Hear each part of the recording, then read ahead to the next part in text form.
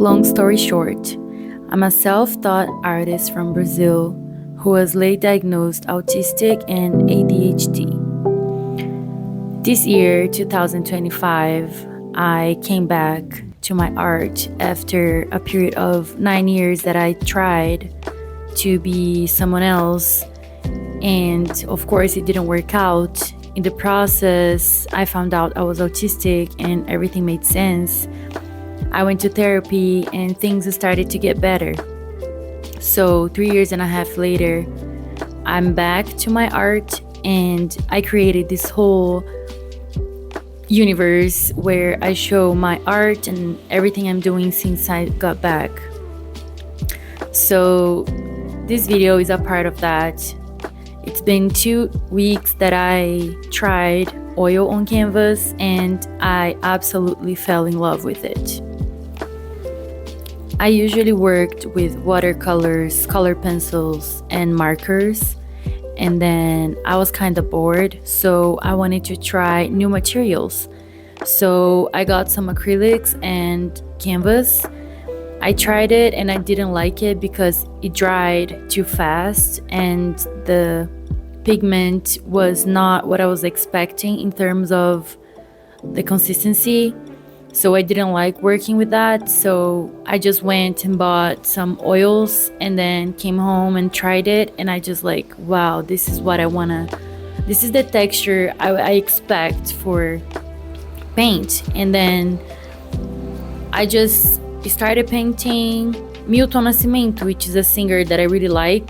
And I started painting his portrait. And I had no idea how to do that with oils. So I didn't use any mediums or anything. In the video prior to this one from last week, you can see that canvas and it was not finished. So probably next week I'll have that finished and I'll bring it to the video as a part of my documentation in this journey.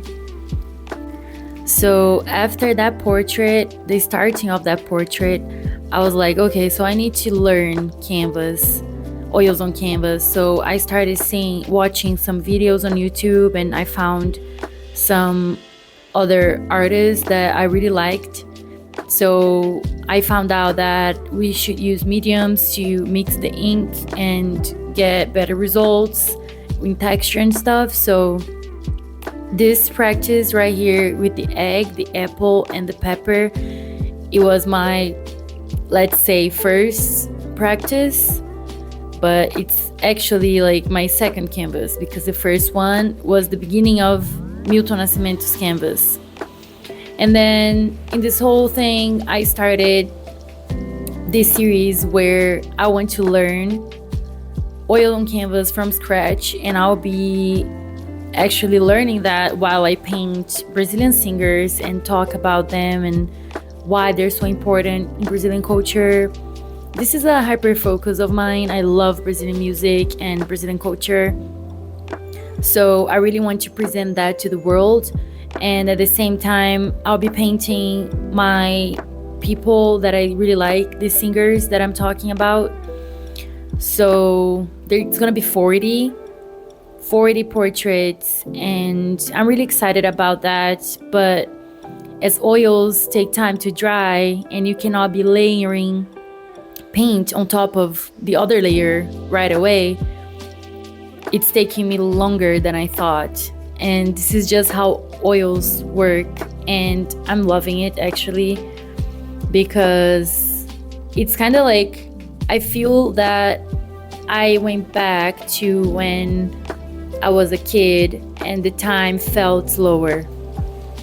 Because of oils, it's like I have to wait. I really have to wait. Like I cannot rush into things. Like the canvas has a limit. You cannot overdo it, all at once. You have to give it time, and that takes sometimes a week.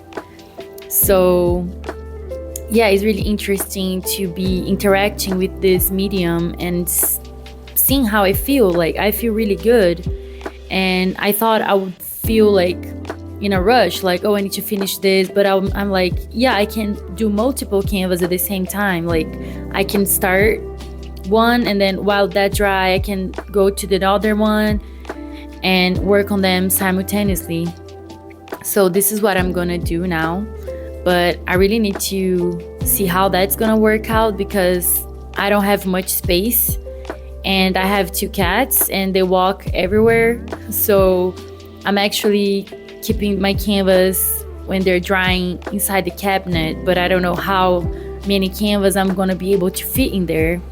And actually the size of the canvas too, like I'm working on small canvas, but when I go to the bigger ones, I don't know where I'm gonna storage them, but that's something for the future me. So let's stick to this egg here. I started with the egg because I was actually looking online and I found this girl that she was teaching how to paint an egg, and I'm gonna bring names later on of all these people that I'm feeding off this new ability that I'm creating, I'm practicing. I'm following some painters. They're really good and they're so like generous to be explaining how they work and their process and tips and things. So I'm gonna gather all of them and then bring in some other video. But the egg was to work on volume in a simple form and black and white, of course, so I don't get messed up with the colors. And then the apple is a classic. Everybody that's starting to draw or paint goes to the apple reference, so I wanted to go through that too. The video from last week, I was so excited about oil on canvas, and I really thought it would be the answer for my autism and my artistic path. And I still do think that, but I kind of felt that I was being too biased. Like I just met this medium like a week ago. Well, now 2 weeks, but last week it was been a week that I tried oils and I fell in love like deeply. So I was like totally like, yes, let's go, autistic people, let's do oil on canvas. But it's really about how good you feel about a medium. Like some people are just, they love other mediums. Like I used to like watercolors. When I tried it, I felt good about it, but I never felt like a passion about it. Like I was never too excited to start a painting or a drawing that I would do watercolor. And the same with color pencils. Like they're just things that I used to do, or like crayons too, and other type of materials. Like I would go for them, like they're fun and stuff, but I was not like focusing like I am with oils. So it's really like a personal preference. So I'm not gonna be talking about how you autistic artists should go for oils, but I do think you should try oils and see how you feel. Because the thing is, like, oils is not something that we self-taught artists go for right in the beginning, I think, because it's expensive. Like it's more expensive than other materials, and because it takes so long to dry and there's investment in canvas too, like it's kind of like far away from our reality. At least it was for my reality, and I think that I had opportunities in life, so I don't think it's something too accessible. And I think it should be, like, if you can buy canvas and oils right now and you really want to, I don't know, just try it out and see how you feel, just do that. Just go for the primary colors and a black and a white, and then just buy one canvas and just paint something that you like. See how you feel, and if that's something worth of you to investing more time and more effort and more money and, you know, plan this career. This is what I'm doing that actually. Like I'm planning this career. I want to finish my portraits, my Roots and Voices series of the 40 portraits. I think I'm gonna be finishing that this year, actually, maybe the beginning of the next year, 2026. And then I know that my abilities are gonna be much better than it is right now, while you see me doing my first experimentations. So this career with oils, it's gonna happen next year.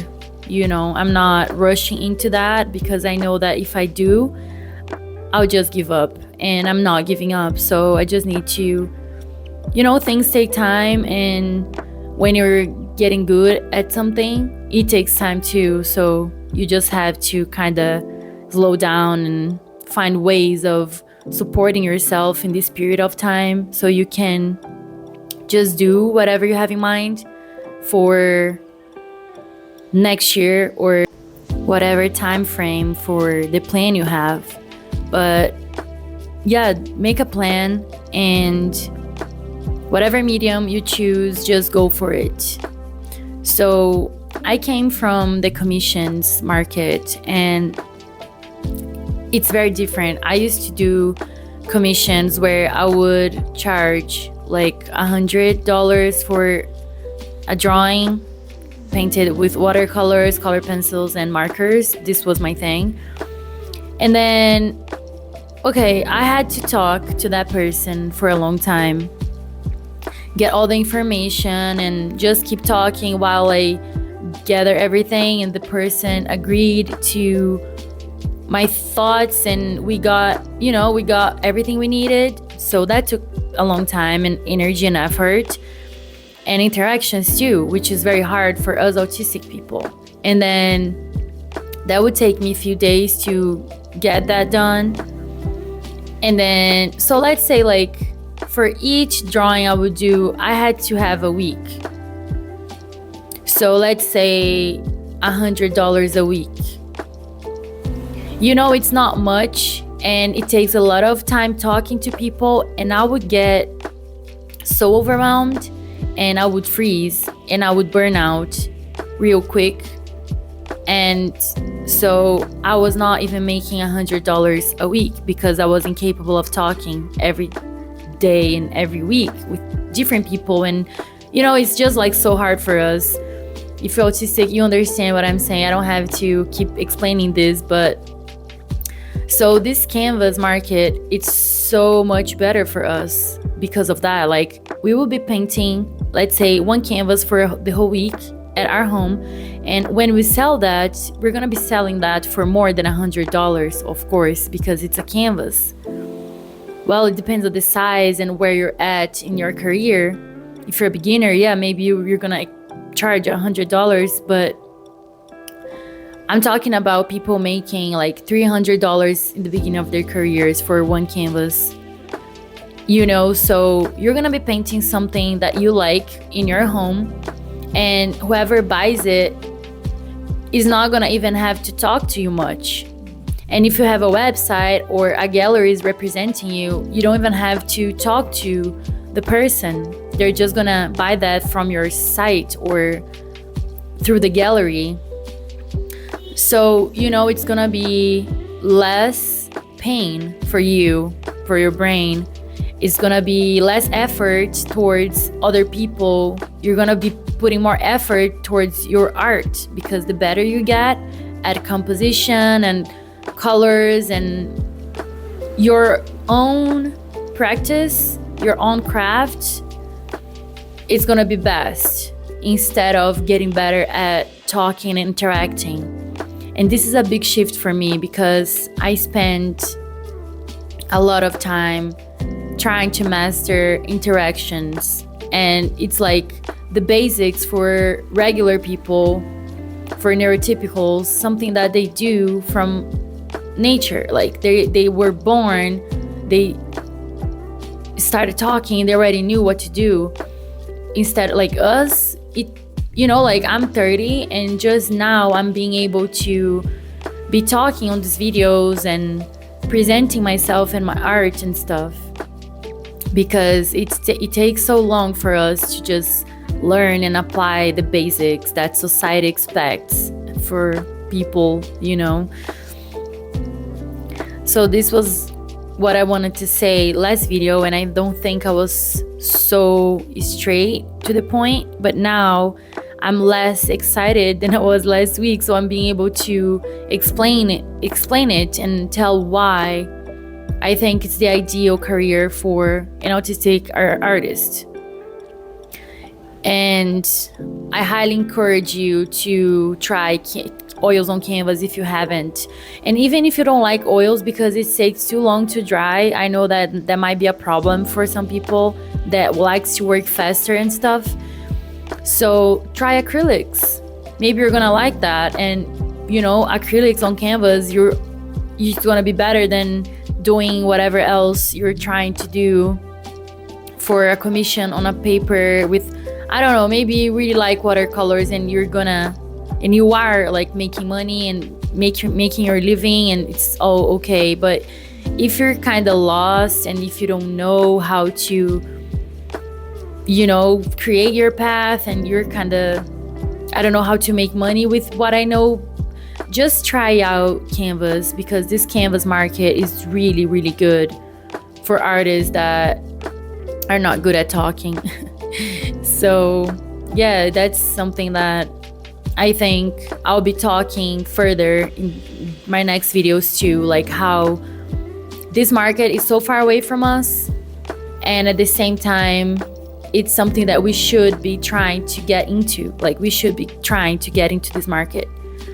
So I want to now talk about this pepper that I'm painting here. After the egg and the apple that were black and white and the shapes were like kind of predictable, I wanted to try something that was more organic shape, like not regular. So, but it's still like keeping it kind of like monochrome, so I would not get too lost with the colors. So I tried this yellow pepper and I really liked how it turned out. I can see how I'm being able to put more of myself into the oils.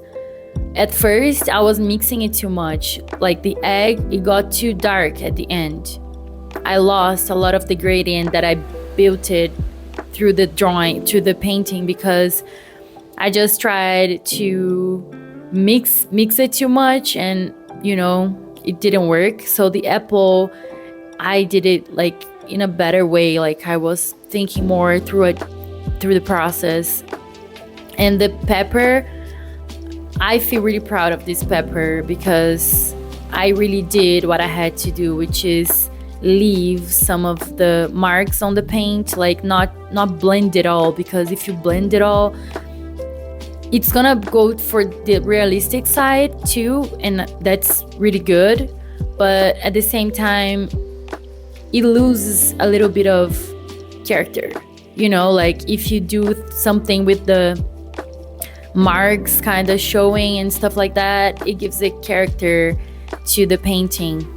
And this is something that I'm learning while I'm watching these other painters talk about oils on canvas and teach things too. So I'll be kind of like passing the things that I'm learning on the next videos while I show my roots and voices creations, and at the same time I'll be working on other practice as well. So yesterday actually I spent like 3 hours just getting reference from Pinterest, and with this reference I'll have enough inspiration to do more practices and stuff. I really want to paint shadows and still life and water, fabric, plastic bags, like things that will challenge me, things that I think are so hard to do. Like I really want to try those and see what it looks like at the end, like, and how I feel in the process, because this is how I'm gonna find my voice in oils on canvas. I don't know if I want to paint portraits. This was what I liked in a watercolor, but maybe with oils I'll be going more towards still life or this water stuff and shapes and forms and lights and shadows, instead of the human face. But we can do all of that in human face too. So it's just trying and seeing how we feel and see people's reactions too. If they like it, if they think it's like what they say about it. And this is how you're gonna find your voice in your craft. It's when you do something that you really like the process, you really like the result, and people really like it too. So you can actually sell that and feel good about what you're doing and what you're selling. And this is the magic of being an artist. It's so complex and people think it's so simple, but at the same time, they don't understand anything. Like, who is not an artist? They don't have a clue. Some people do, but these people are special people. And we should be able to live off of our art and have a good living, make a good living of our art and our practice and the whole process of becoming the artist that we want to become. I realized that I want to be an oil painter. And I realized that since the first brush stroke in a canvas 2 weeks ago. So yeah, I'll be documenting the whole thing, and I'll be writing on Substack about it too. I'll leave all my social media contacts in the description of this video. And tell me, are you a self-taught autistic artist? Tell me in the comments what your art and what you expect for yourself for the next year. See you next week. Bye!